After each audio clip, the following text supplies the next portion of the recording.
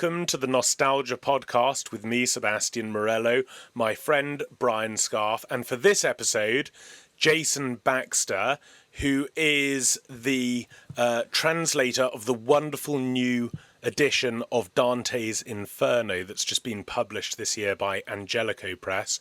It's really great to have you on the podcast, Jason. Thank you. It's really great to be here.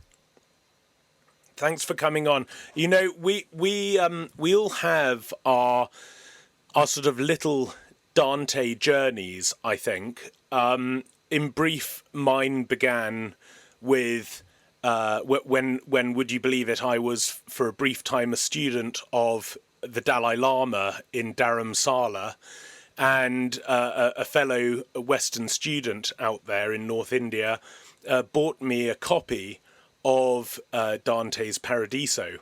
And I remember sitting there up in the foothills of the Himalayas on my balcony, reading it late into the evening and being completely captured by it. And later I got an Everyman's edition.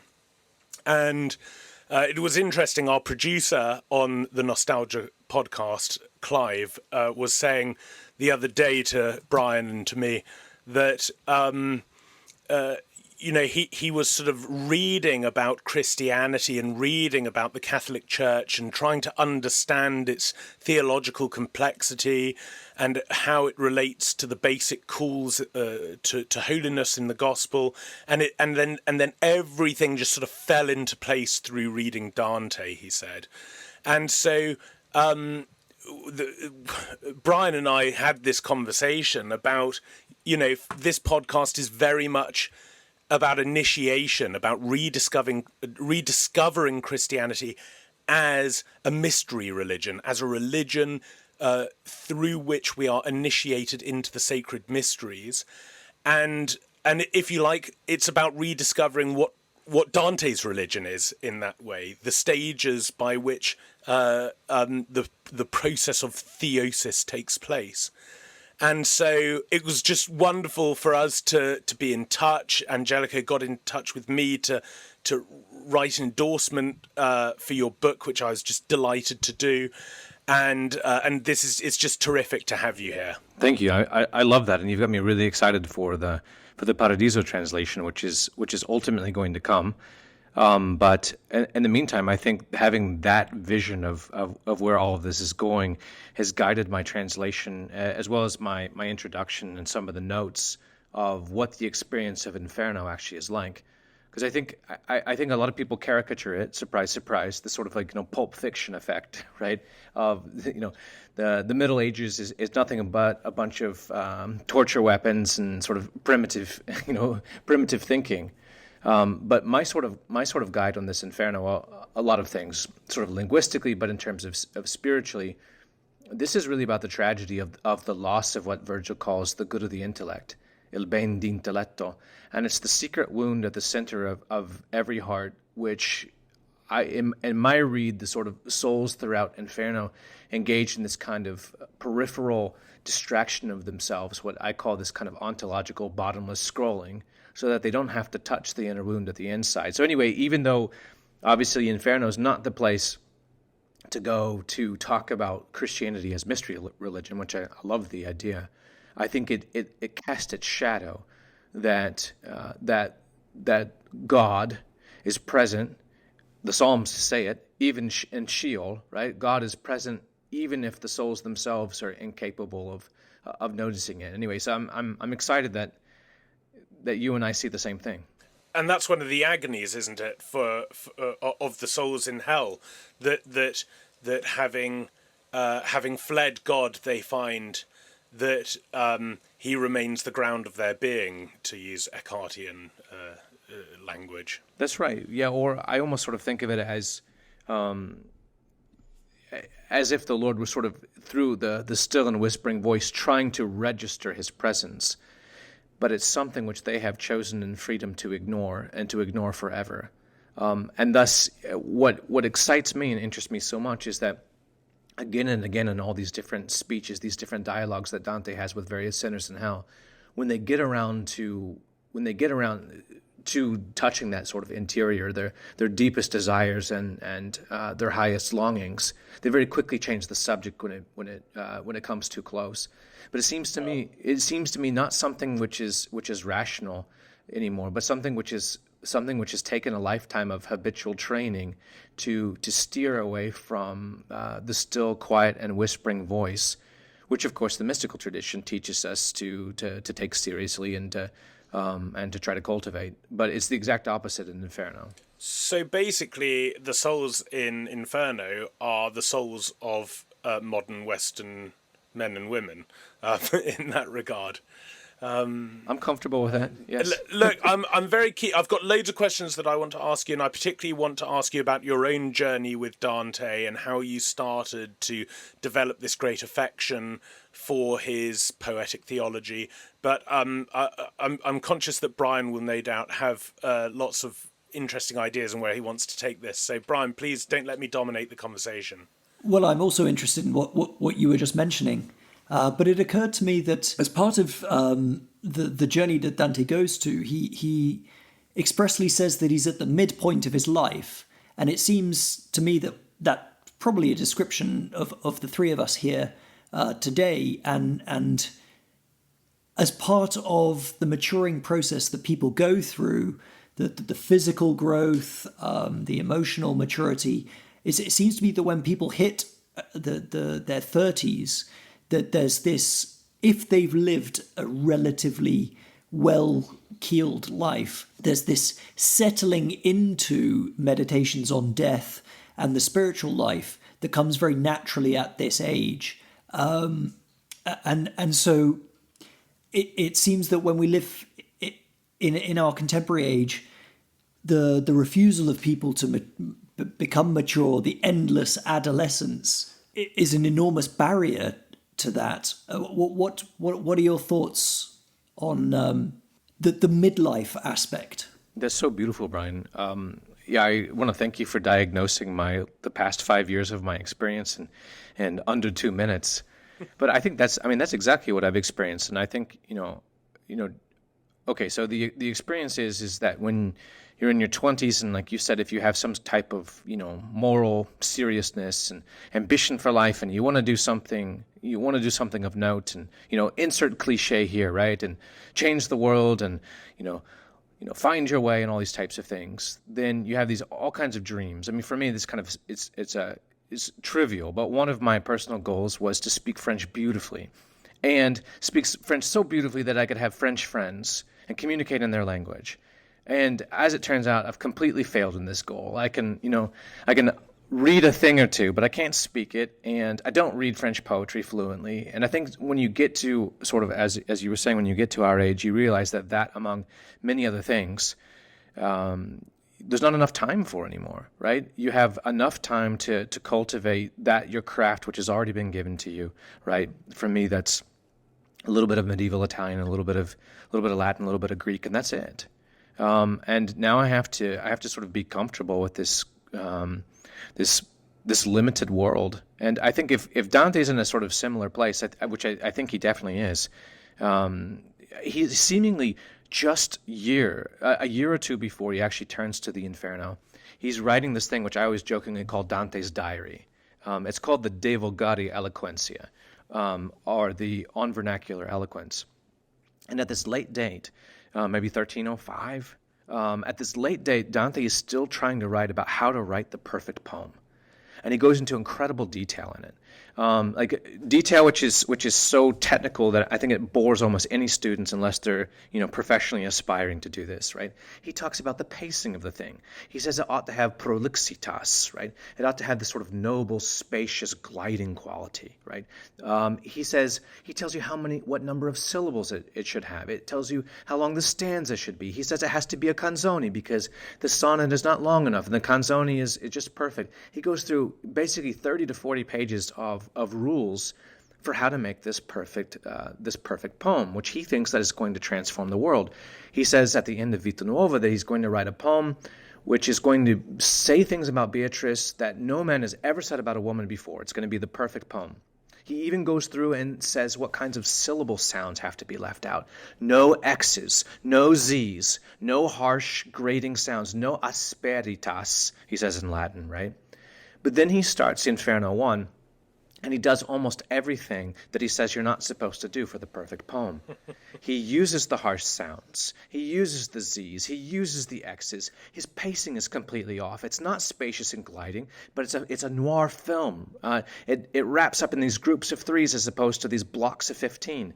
So seemingly Dante himself, well, nel mezzo, right, in the middle of our life, had a radical change of vision of what he should be writing, and seemingly sort of embraced the exile of his life, in some sense that his political career was a failure, and started to do exactly what you're talking about, Brian, started to talk about on these kind of eschatological realities, and realized that he needed to write a poem which went from the bottom of the world to the top of the world, but it was radically different from anything that he had personally hoped for himself. But I think we feel that discouragement and that despair. He wrote it physiologically into the poem at the very beginning, and over the course of time, I think he discovers that even the disasters of his life have providentially led him to desire a homeland well beyond Florence. But I think Dante is our guide in this. He's been through it. I wonder if his choice for the vernacular is really important in this regard. Brian and I often have conversations about how there is a temptation to think of the Christian mystical life as in some way fleeing the world, an internal or interior ascent out of the world of experience, to encounter the God who has no real essential connection with his creation, rather than to realize that Christianity offers us an extremely incarnational mysticism where we encounter God in the unfolding events of our life and our friends and the people around us. And that that one of the strange things is that when modernity tells us to be a citizen of the world, to love humanity, to love the world, if you like, it's taking that impulse of agape, and it is in some way rendering it barren by turning it into an abstraction. Whereas, of course, as has been pointed out by many people, actually what Christ says is love our neighbor. That actually, if mystical transformation is really going to exist in our lives, it's going to exist as something very concrete, something very local, and it's going to be about the discipleship of ourselves, of our family, of our children, of our local community, and it's going to be the discipleship, as Matthew 28 says, of our nation. And it seems, I just wonder whether, this move from writing poetry in Latin to choosing the vernacular, whether this choice was pregnant with a whole load of Christian intuitions about what God is doing in our lives and what mystical transformation is all about. Yes, I think so. I think so. Dante begins as a vernacular poet, ends as a vernacular poet, and has this really interesting period in which he's trying to think in Latin about how to make his vernacular poet, his poetry, better. And my read on that is that Dante has this type of inferiority complex, right? He's read his Virgil and he's read his Ovid, of course, but he's also read Boethius. He seemingly encounters Boethius at a really early age and might have had, 3-9, the great Metrum, memorized as well as many of the other poems. But he might have also known of some other poets that we no longer read. They're too tedious, Bernard Silvestris and Alan of Lille. But it seemed to him sort of exemplary of what you should do if you were no longer the pop musician but the classical composer, right? And so I read, what I'm joking and calling Dante's diary or the De Vulgare Eloquentia is his attempt to engineer his own language so that he could write something despite the vernacular. But at some point, and I also jokingly say that it's the most exciting ellipsis in the world because it ends, the De Vulgare Eloquentia ends mid-sentence. It never concludes, and then shortly after that, Dante starts violating all the rules that he said he would follow. It seems to me that Dante had this incredible moment, this vision, in which he realized that he could write not despite the vernacular, but because of it. And that it gave him access to, I think, precisely one of the many things, right? I think it gave him access to conversion. I think he worried that the world he lived in was so divisive and petty and avaricious and lustful that people couldn't hear the harmonia mundi any longer, and thus he'd have to write something with power and fire and weight to even break past the sort of, the crust that people had built. So I think he needed some sort of linguistic, what he calls linguistic force or linguistic violence. I think that's one of the reasons he chooses the vernacular. But I think the other reason he chooses is what you were articulating, Sebastian, is that I think for him to write certain phrases would have been humiliating. He's the pop the pop writer who wanted to go classical, and he knew that certain chord progressions just sounded simple, and so he vowed to leave them off forever in order to write learned things. And thus, when he returned to some of the simplistic formulas available to him in the vernacular, I think it literally caused him a blush to do it. But he told himself, nevertheless, write it. And thus, by writing humble language, writing language was almost seemed sort of humiliatingly close to earth and rock and the sort of fundamental sounds of language.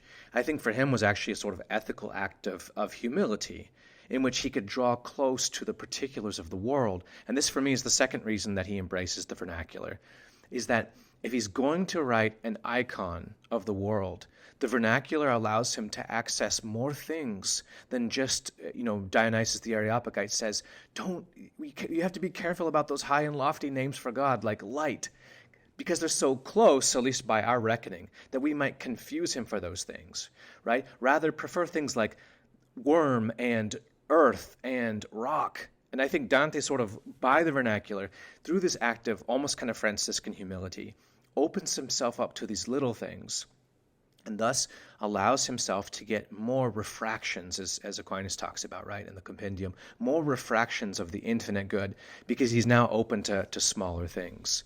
And so I do think the sort of the vernacular, and it takes a while to, for Dante to develop this theme from the Inferno to the Paradiso. But I think the second reason, in addition to that kind of ethical, psychological, moral reason that he has to use a rock hammer to get through stony hearts, is that he wants to create an icon which is more complete, which has, in the tradition, which has more names of God representative, and thus the vernacular, even in its littleness, not just despite its littleness, but because of its littleness, opens up a wider range for Dante.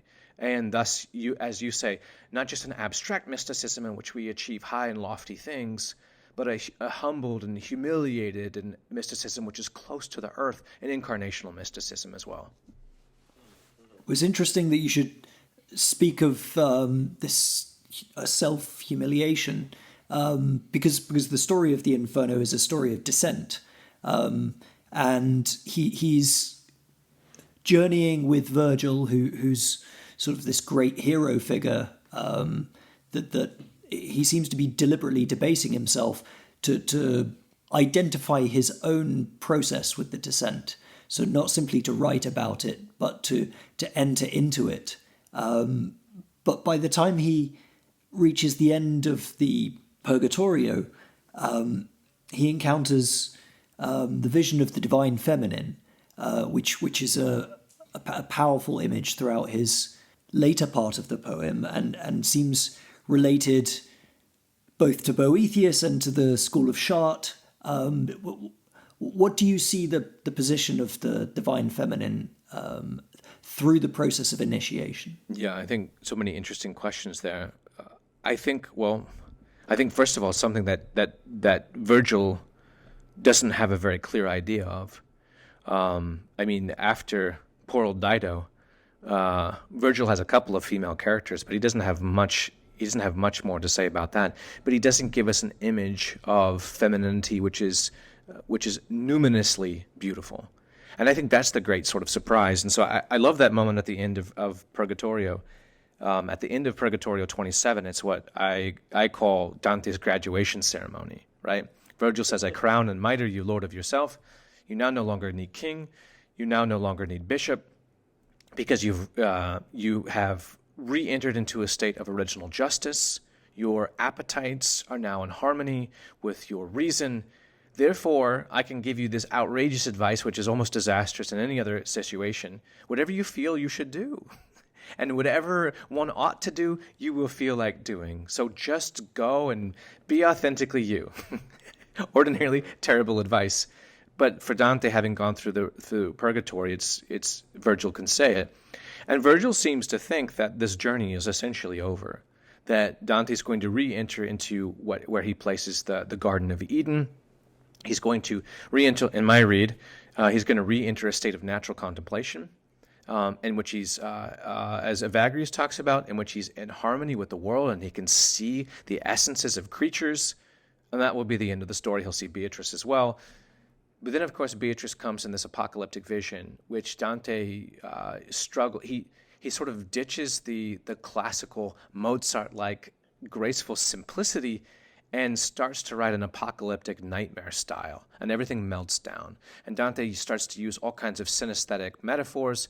He starts to, see music and the saintly procession as it goes by burns color into the air, which lingers there even after it passes.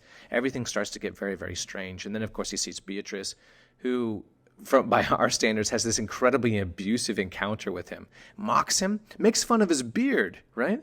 And every other sort of possible means tells him that he has to go into the roots of his heart, and he has to pull out not just, you could say, the flowers of sin, the fruits of sin, which he's been doing through Purgatorio, but now he has to pull it out by the roots. And Dante says it's as if a great windstorm came by and pulled an oak out of the earth by its roots. And so in some sense, Dante has to go to this kind of confession, right? And Beatrice is responsible for all this. Beatrice forces him to go from, I guess you could say, the surface of rational success, right? The self-help book, right? My orderly life, how to achieve things, right? Rules for life, which could be useful, right? But he has to go beyond all those things to a level of depth which I don't think Virgil had anticipated Beatrice would demand of him. And so I do think this kind of this wonderful kind of wave of heavenly glory as representative in Beatrice was more than Dante had expected. And that's the necessary sort of cardinal moment, that turning point, which Dante goes from being a complete human with respect to his humanity, and is made to prepare for something much greater. And then, of course, Paradiso begins shortly after that. It's interesting because the ancients, of course, did largely think that the summit of human perfection and flourishing was this kind of order of the soul that came through the attainment of virtue, which was itself largely an accident of education and birth, and only a tiny part of probably only the Athenian population was capable of that. And of course the Romans picked that up, and the Stoics had their own take on that. But when Virgil says, as it were, you can be a law unto yourself now, that's exactly what John of the Cross says. The man standing on the summit of Mount Carmel is able to be a law unto himself. He who has made the full ascent through the purgative, through the illuminative, and into the unitive conditions of the spiritual life. But for John of the Cross, that's not simply a perfecting of oneself through the cultivation and repetition of natural virtues. That's transformation in divine love.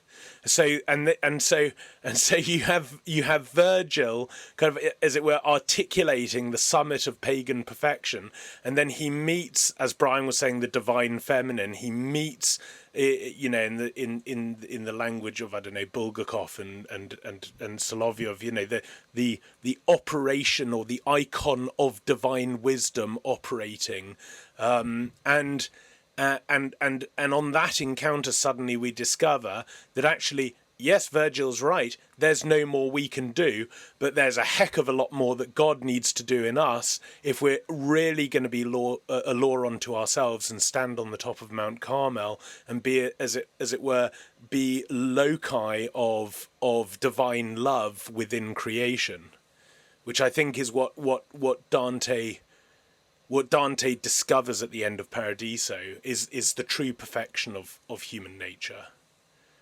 I think my students think that I overuse the metaphor, but I love to call Dante, I also do it for Dostoevsky too, a literary particle accelerator. Oh, wow. That's a great phrase. If you could get the speeds up, close to the speed of light as we could do, and then run two protons into each other, right? Then, they hit each other and they explode for a brief moment. And they create this kind of, miasmic energy before they recoalesce into particles, right? And I'd say that's what literature does, right? And I think Brian's sort of moment of the eternal feminine, in which Beatrice comes, causes this type of miasmic meltdown moment of Dante.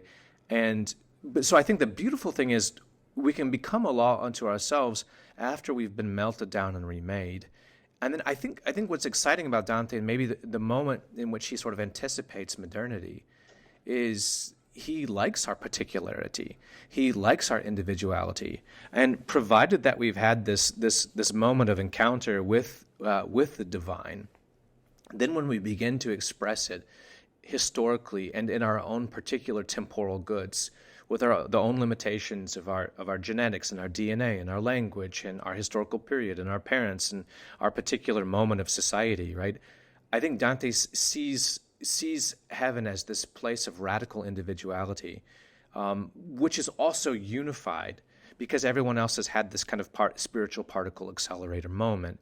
And thus we can become laws unto ourselves, but only because we're also connected into this type of unity. And thus for Dante, I think it's a very polyphonic experience. And he uses these metaphors quite intentionally, right? That polyphony is beginning to develop first in the school of Notre Dame in the 12th century, but it's already moved to Italy. And Dante uses these metaphors very intentionally. If hell is a place in which there are parodies and broken instruments and failed hymns and gurgled hymns like among the wrathful, the sullen, and all music in some sense never can reach its culmination. Purgatory, of course, is a place of plain chant. It's monophony. Everyone's chanting in the same melodic key as they're sort of brought their errant desires back into a unification with the human community. But the reward is that once we've brought our errant desires back into a type of simple unity, then we can be ourselves, and then all of a sudden our individuality can flourish in this type of polyphony. And so I always, even though it's 200 years later, I always play for my students Thomas Tallis's Spem and Oleum, right, the 40-part motet, and say, this is what Paradiso sounds like, except it's a billion-part motet, in which each of us have sort of regained our individual melodic lines, and yet our lives are still harmonically woven into the incredible tapestry of the whole. But I think, so I think that sort of that idea of I think Dante thinks, along with Aquinas, that diversity is an ontological good, provided that it's rooted in unity. You've talked in the past about, you talk about it in your wonderful introduction to the Inferno, about how the stages of the entire Commedia are people turning out from themselves and starting to first lean on one another and then become fully persons by becoming interpersonal, as it were. But I want you to say something, if you will, about your own journey with Dante, how it began, how your interest in him first became ignited, and how you became a Dante scholar. Yeah, I think maybe I became a Dante scholar because of series of failures.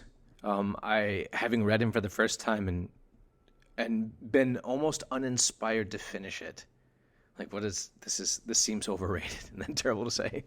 And then coming through it for the second time and thinking there were a couple of moments which were memorable images. And I think it wasn't until the third or the fourth time that I began to realize what these bits and pieces were trying to do. And so I think for me, the distance and the difficulty of the poem has been a sort of driving force to try to make it accessible, not by simplifying it, but by recontextualizing the emotions that the man himself must have had, and his own motivations, and the pain of his own experience in exile, and what it felt like for him to live in a world which was radically divided and vicious, and he just thought was coming unhinged, to come to the radical decision that the most important thing that he could do would be to try to write a poem. And so I think so for me, I think through my teaching and through my writing, to try to get a younger version of myself, because I could have walked away from this, and if people had asked me in the future, have you read Dante? I say, oh yeah, of course I've read Dante, right? And that would have been the end of it, because I thought I had just looked at every word, that I would have understood it. So I think I'm trying to save a younger version of myself from a path I could have walked down. But then in the meantime, I think the whole translation experience has been something quite incredible. Is that the best metaphor I can use for what it's been like is that when I was a kid and I would learn a piano piece by memory, and then I'd close the book and even close my eyes and play it on the piano. And then but where you register it, where you feel it, it feels different. It's no longer this process of trying to look at music and try to play it with the fingers, but now all of a sudden the music's located in your chest and in your heart and in the nerves of your arms, and you feel sort of closer. And so I think that for me, going through this whole translation process in which you're forced to deal with every single conjunction and adverb, that's when I began to discover this incredible pacing, this incredible rhythm, what I've called already the film noir aspects of Dante's Inferno, that he keeps using certain little phrases like erinde, erinde, erinde, and then, which struck me almost as a way of regulating rhythm. I don't want to overstate it and say that it's Dante's building in a linguistic heartbeat, but there's something about a type of pacing and a type of experience which is radically new for Dante in Inferno. And of course, that sets up these other moments in which all of a sudden it slows down and floats, exactly like how it was supposed to, exactly like how Dante wanted it to. And so my read of sort of Inferno is that there are these wonderful sort of slow passages, which I think I probably as a reckless youth would skip over because they were boring. But I think there are these wonderful slow passages in which there's a type of liturgical time, a liturgical harmony, which is trying to insert itself from the background into the foreground. And none of the souls in hell can see it. But now the poet, from his greater distance, can feel it indeed, even if he couldn't have felt it when he was initially going through the journey. I want you to maybe tell us a little bit more about what you meant when you mentioned at the beginning Dante's concern with the intellect. Yes, I really excited about this idea, and I can't wait to spend some more time on it. I think when you would have asked Dante as a young man, are you a great lyric poet? Well, come on, we know the answer. Like, this is Dante. This is the guy who in Inferno 4, right, says that, don't think of me in terms of my contemporaries, but in terms of the all-time greats, right? So we know that he admired his own poetry. We know that he thought it was good. And I think if you pressed on and said, well, what's the secret property? I think he would have said, I've been given the gift of ardore. I've been given the gift of ardor. I've been given the gift of a burning heart. That's what love poets do, right? And later on in Purgatorio, when someone asked him, how did you invent the dolce stil novo, this sweet new style, which surpassed everything that was being done in the day? Dante says, I am the sort of poet who, when love speaks within, takes note. So I think Dante thinks that, this type of incredible interiority, this ardore, this sort of burning heart, was the property of his youth. Well, then Beatrice dies, and Dante tells us in the Convivio that he started to look around for treatises on consolation in grief. And he read a little bit of Cicero, but he also read this thing called the Consolatio Philosophiae of Boethius. He read Boethius' Consolation.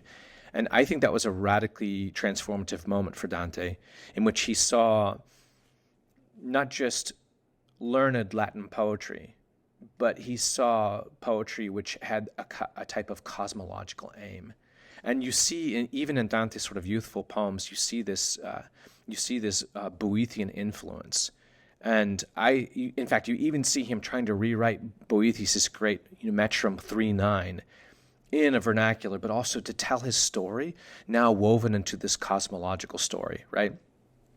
In other words, I think it might have been from Boethius where Dante encountered intellectus, which is synonymous in Boethius' mind for intelligentsia. The later Latin tradition will suggest that those are special properties, but for Boethius they seem to be the same, intelligentsia and intellectus, which is what the Greeks called nous. Boethius seems to be trying to desperately casting out some inadequate Latin terms to try to capture this mystical Neoplatonic faculty, which they called nous, right? Which Boethius says is the power by which the human heart sees the form of forms. And he talks about this in Inferno 5, right? He says that in some sense, this faculty of intelligentsia or intellectus is what is in harmony with eternity. The simultaneous possession of the fullness of life. Not perpetuity, not just going on and on and on, but the simultaneous possession of the fullness of life. I think Dante, when he speaks of eternity in Inferno, and when he speaks of perpetuity in Inferno, and when he speaks of intelletto, he actually has a technical understanding of these things, which he's drawn from Boethius. And I think this is an incredibly exciting thing because there's a lot of dramatic irony in which his characters don't understand the technical meaning of these things. For example, when he's having an exchange with Brunetto Latini, right? There's a phrase that goes, "You are the one who can teach how a man can make himself eternal." Well, that's how it's translated. Si perpetua. How a man can gain perpetuity. In other words, it seems that what's going on here is Brunetto Latini thought he was giving Dante the greatest possible gift, but all he could do was teach Dante how to become a bestseller for multiple generations. In other words, Brunetto Latini offered the young Dante perpetuity, whereas the older Dante had begun to hunger for eternity. Now, poor old Brunetto Latini, it's the metaphor even in the middle of the Inferno is it was dark, so he didn't see well. He saw like an old tailor who's trying to thread a needle. In other words, we have a type of blindness which Brunetto Latini can't see, and perhaps the Dante the Pilgrim can't see. But in light of the ultimate end of Paradiso, the reader can see that this is a sort of metaphysical failure or a misunderstanding of what the human heart actually longs for. Analogously, when Dante or when Virgil says that everyone here has lost the good of the intellect, if we're understanding this along with Boethius in this wonderful technical term, everyone down here has lost that for which the intelligentsia or the intellectus was made, right? What nous desires. We've quoted Eckhart already, right? The ground of being. Virgil says this in the midst of Inferno 4, right, in which Dante meets the equivalent of Nobel Prize winners and Pulitzer Prize winners and everyone who's been Olympian athletes, everyone who's won a gold or won a great prize, won a Nobel, given a Nobel speech. But Virgil says none of that makes them content. They walk around forever sighing because they realize that something, the good of the intellect, has eluded them, that which would have made all these intellectual, athletic, and political achievements valuable. But the ultimate reality has escaped them. So if we can make such a bold claim that Boethius is maybe even more a part of the DNA of Dante's writing than Virgil himself, or you could say that if Dante understands Virgil in a Boethian type of way, then I think we can, make some incredible claims because these are no longer, haphazard terms, but technical terms. And just to bring this sort of full circle, I think ultimately what Dante wants to say is that his divine poetic calling, when he was, 9 years old and was given a vision of love, as he talks about in Vita Nuova, and then his life changed forever, is that he was given the gift of ardore, of the burning heart, of the love poet, of course. But the later Dante recognizes that what that was intelligentsia. It was an awakening of the hunger of an intelligentsia for the ultimate ground of reality. And thus ardore and intelligentsia work together. And I think if we had a chance to interview Dante, which would be much more interesting, I think he would more or less say that. Dante, what's your secret? My secret is that I discovered that the vernacular property of the burning heart, ardore, and Boethius' property of the hungry mind, nous, intelligentsia, intellectus, intelletto, are one and the same.